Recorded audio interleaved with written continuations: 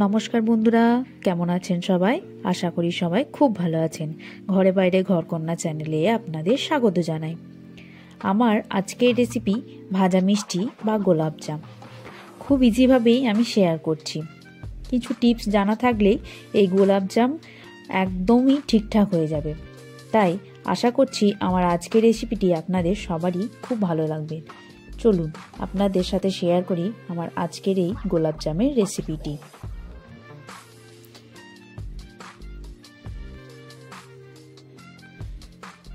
প্রথমেই আমি তৈরি করে নিয়েছি মিষ্টির সেরা। 2 কাপ চিনি ও 1.5 কাপ মতো জল নিয়ে হিসাব করে তৈরি করে নিয়েছি মিষ্টির এই সেরাটি। এরপর আমি নিয়ে নিয়েছি 300 গ্রামের মতন ছানা জল ঝরানো, আর নিয়ে নিয়েছি 300 গ্রামের মতন চাঁচি। চাঁচিটা আমি খুব ভালোভাবে মেখে নিয়েছি, যাতে সেই চাঁচির যে গুটিটা থাকে দুধ মারার সময় সেটা যেন না থাকে। এরপর আমি চাঁচি আর ছানাকে খুব ভালোভাবেই মেখে নিয়েছি। খুব ভালোভাবে মেখে নিলে আপনাদের এই যে ডোটা হবে সেটা খুব ইজিভাবেই হয়ে যাবে।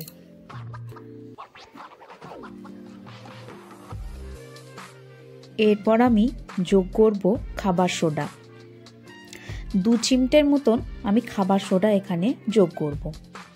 বেশি কিন্তু দেব না, বেশি দিলে ভাজা মিষ্টিটা যখন ভাজতে যাব আমি মিষ্টিতে তেলে, তখন সেটা ভেঙে যেতে পারে। তো সেই জন্য আমি বেশি দিলাম না। এরপর নেব আমি 200 গ্রামের মতন রুল ময়দা।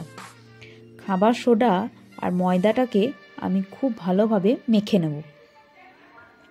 এখানে আমি বলছি ঠিক আছে, কিন্তু এই কাজটি পুরোপুরি করছে আমার মা। তো সেই জন্য কি আর বলবো, তো এটা ভেবেই হয়ে যাচ্ছে। তো চলুন আবার আমরা রেসিপিতে ফিরে যাই। তো এটাকে আমরা খুব ভালোভাবে মেখে নিয়েছি। এরপর আমরা চাঁচি, ছানা আর রুল ময়দাকে খুব ভালো করে মেখে নেব, যাতে সুন্দর একটা ডো তৈরি হয়ে যায়। খুব ভালোভাবে কিন্তু মেখে নিতে হবে, যেন কোনো গুটি না থাকে। গুটি থাকলে কিন্তু ভিতরে গুটি গুটি একটা হয়ে যায়। মিষ্টির সেরাতে যখন পড়ে মিষ্টিটা খেতে খুব একটা ভালো লাগে না।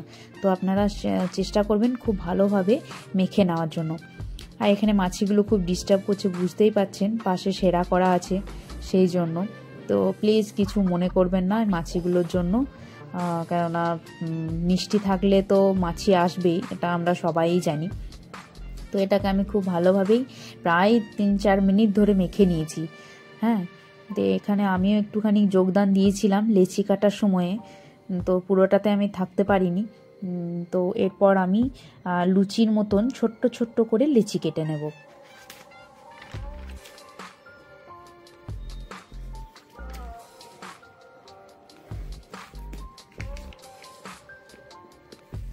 এখানে আমি প্রায় অনেকগুলোর মধ্যেই লেচি হয়ে গেছে। আরও অনেক, এটা মোটামুটি আপনার ওই 50-60টার মতন মিষ্টির মতন ডোটা।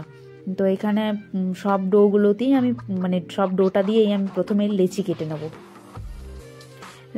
তো লেচি কাটা আমার হয়ে গেছে, কিন্তু আমি সবগুলো এখানে লেচির ডোটা গোলটা করব না, কেননা প্রত্যেকটা যদি গোল করে দিই আমি এখন, লাস্টে মিষ্টিগুলো ভাজতে তো অনেক টাইম লাগে।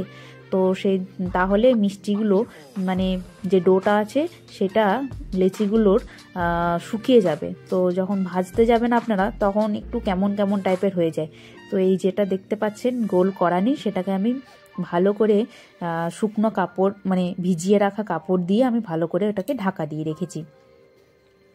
এরপরে কড়াইয়ে বসিয়ে দিয়েছি পরিমাণ মতন তেল। একটু ডুবো তেলেই ভাজতে হয়, তাহলে ভালো হয়।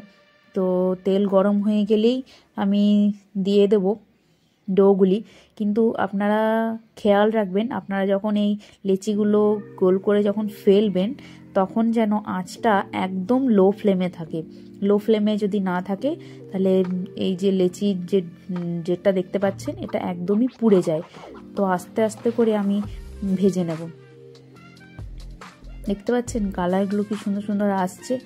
এরকম করে আস্তে আস্তে করে নাড়িয়ে নাড়িয়ে ভাজতে হবে। প্রায় আপনার লো টু মিডিয়াম আঁচ করে ভেজে নেবেন 5 থেকে 6 মিনিটের মতন।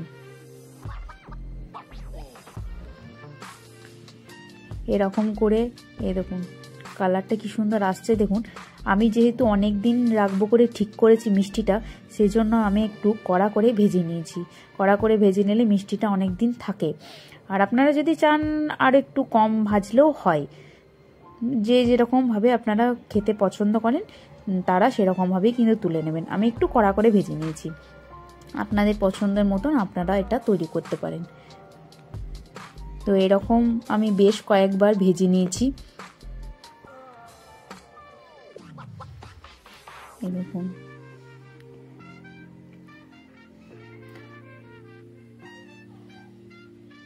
কি ভালো লাগছে দেখুন দেখতে একবার।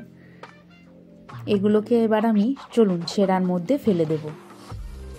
যে আগে থেকে মিষ্টির সেরাটা করে রেখেছি সেই সেরার মধ্যে ফেলে দেব। তো রেসিপি আমার রেডি টু সার্ভ। রেসিপিটা যদি ভালো লেগে থাকে সবাই একটা লাইক করে দেবেন।